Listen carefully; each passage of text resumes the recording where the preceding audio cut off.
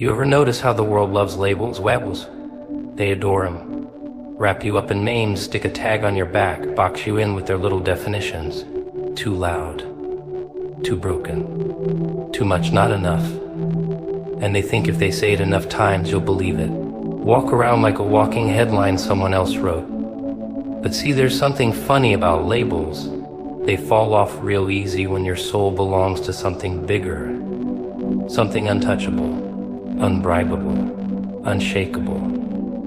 And that kind of belonging, it makes people nervous. You ever try breaking something that won't shatter? It drives people mad. They poke, they prod, they wait for the cracks, but nothing. No snap. No crumble. Just quiet strength staring right back at them. That's what happens when your identity isn't hanging by the threads of public opinion. That's what happens when it's rooted in something untouchable. Not ego, not applause, not some fragile little mask you built to survive the day. No, I'm talking about identity that's been through fire and came out laughing. Most folks, they're walking mirrors, reflecting whatever room they're in. One place they're confident, next minute they're collapsing. Why? Because their worth is rented, not owned. And when the rent's due, when life knocks or people pull away, suddenly they're empty again. That's what happens when you build your self-worth on shifting sand. It's always about the next nod, the next out there, the next compliment to keep the structure from falling in on itself. Fragile doesn't even begin to cover it, but when you've been claimed by something eternal, something sacred, something with scars in its hands and glory in its voice, you stop shaking every time the wind blows. You stop explaining yourself to every doubter. You stop apologizing for taking up space. You walk like you know who you are. Because you do. And no, that doesn't mean you don't get hit, doesn't mean you don't bleed. It means you bleed with purpose. It means you fall with dignity. It means when the smoke clears, you're still standing not because you're invincible, but because your roots are too deep to yank out. And oh, how that bothers them. See, there's a whole industry built on keeping you insecure. Keep you shopping for validation, selling pieces of your soul for a seat at the table. But what happens when you flip the table?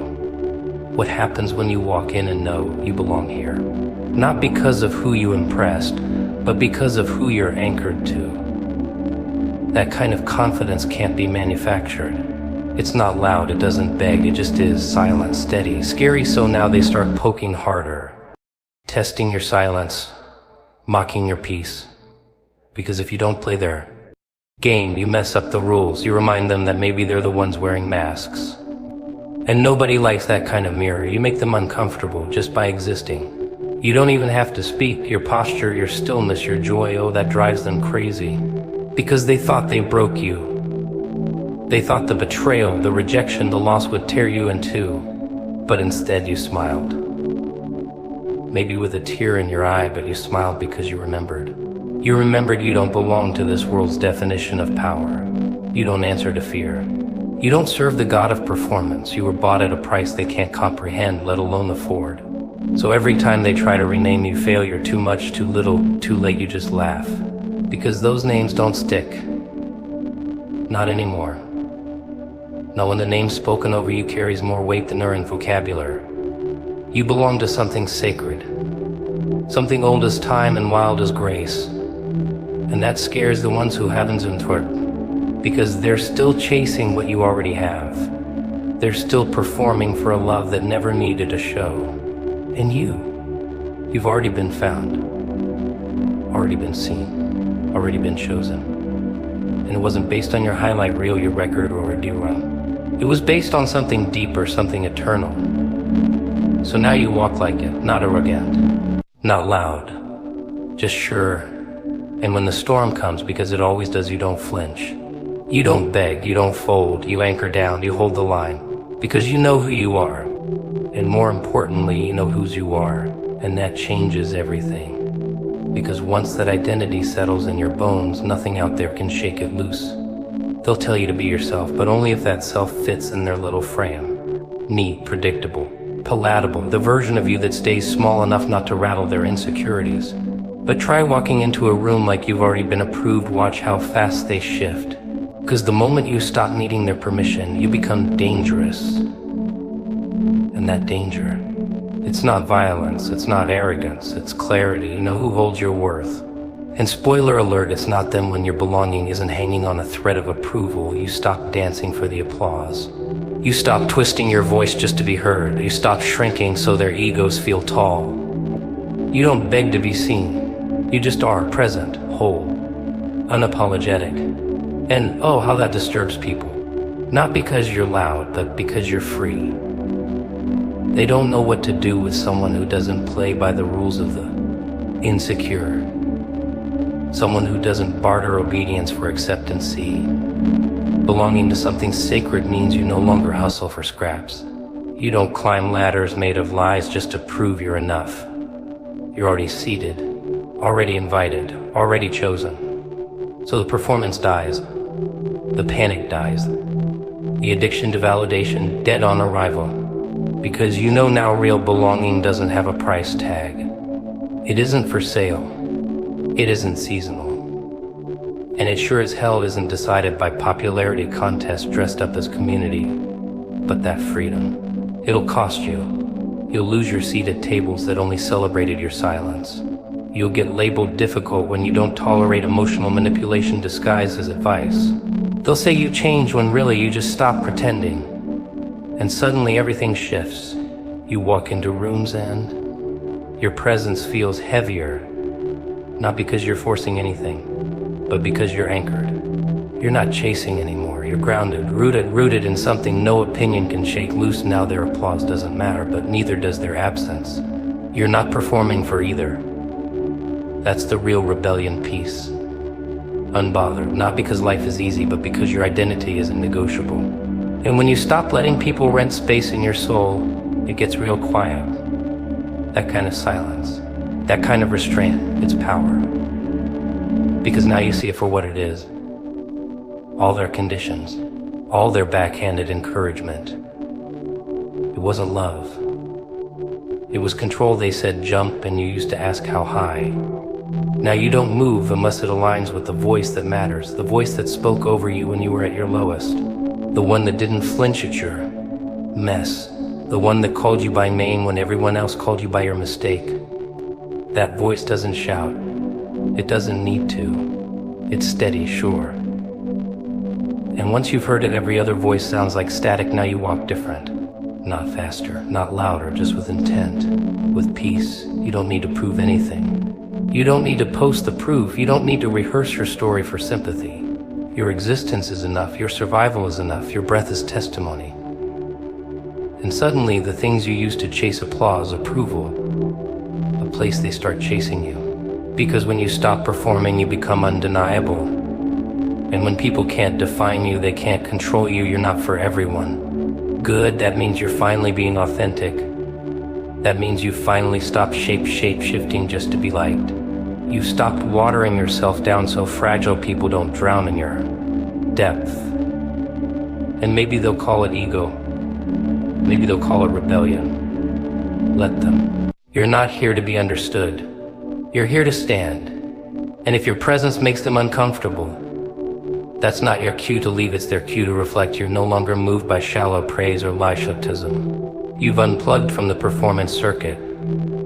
No more puppet strings, no more desperate monologues, begging for validation. You belong where peace follows, where truth lives, where purpose breathes. And funny thing about that kind of place, it doesn't need to be announced. You just walk in, and the atmosphere knows you're not searching anymore. You ever meet someone who's smiling, nodding, clapping, but deep down they're hoping you fall?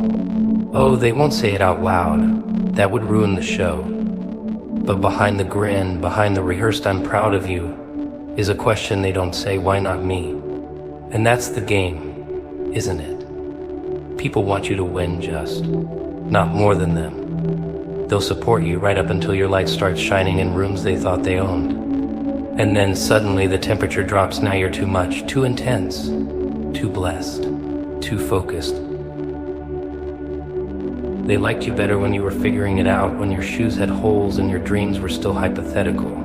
But now that your peace is louder than their chaos, now that your confidence walks into a room before you do, you've become a threat, not because you hurt them, but because you exposed them. You reminded them that comfort isn't purpose, and peace isn't passive, it's war without blood. You don't even have to brag. Your progress alone is a mirror, and they can't stand what they see. They don't hate you, they hate what you reveal. That they settled, that they bowed to fear, that they chose applause over purpose. So when you show up walking like you know something they don't, they'll try to clip your wings and call it concern. Are you sure that's the right path? Don't get your hopes up. Just be realistic. Translation: stay down here with us. Don't leave us behind, but when you belong to something greater, when your identity isn't bought or borrowed, those voices lose their volume. You see through the performance. You feel the shift in their tone. The smile doesn't quite reach their eyes anymore. The hug lingers just a little too long, like they're trying to figure out how you're still standing. Because the truth is, they thought you'd break. They counted on it. You were supposed to collapse under the weight.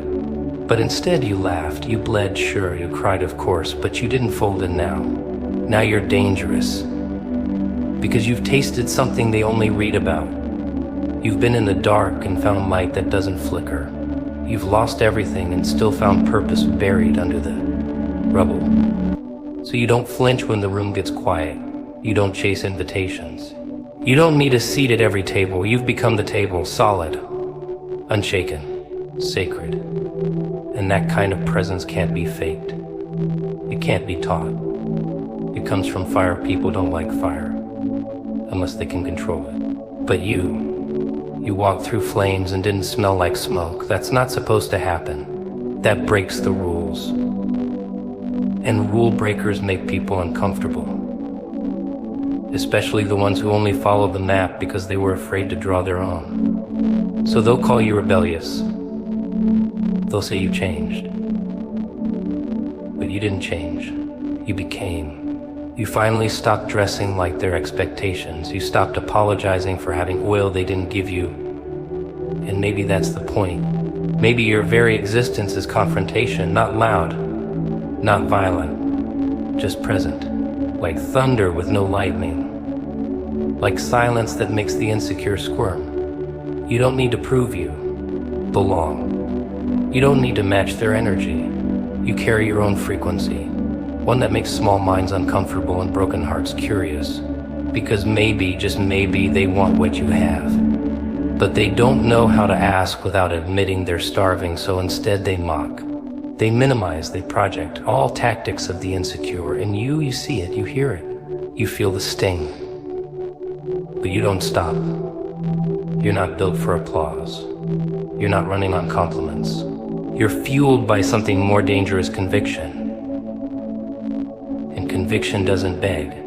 It doesn't perform. It becomes. Quietly, boldly, relentlessly. While the world watches, waiting for you to trip. Not realizing you're not walking to impress. You're walking because you were set. Funny thing about staying low, people assume you're losing.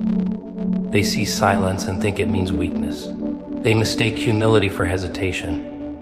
But the truth is, the real work never happens on the stage, it happens underground.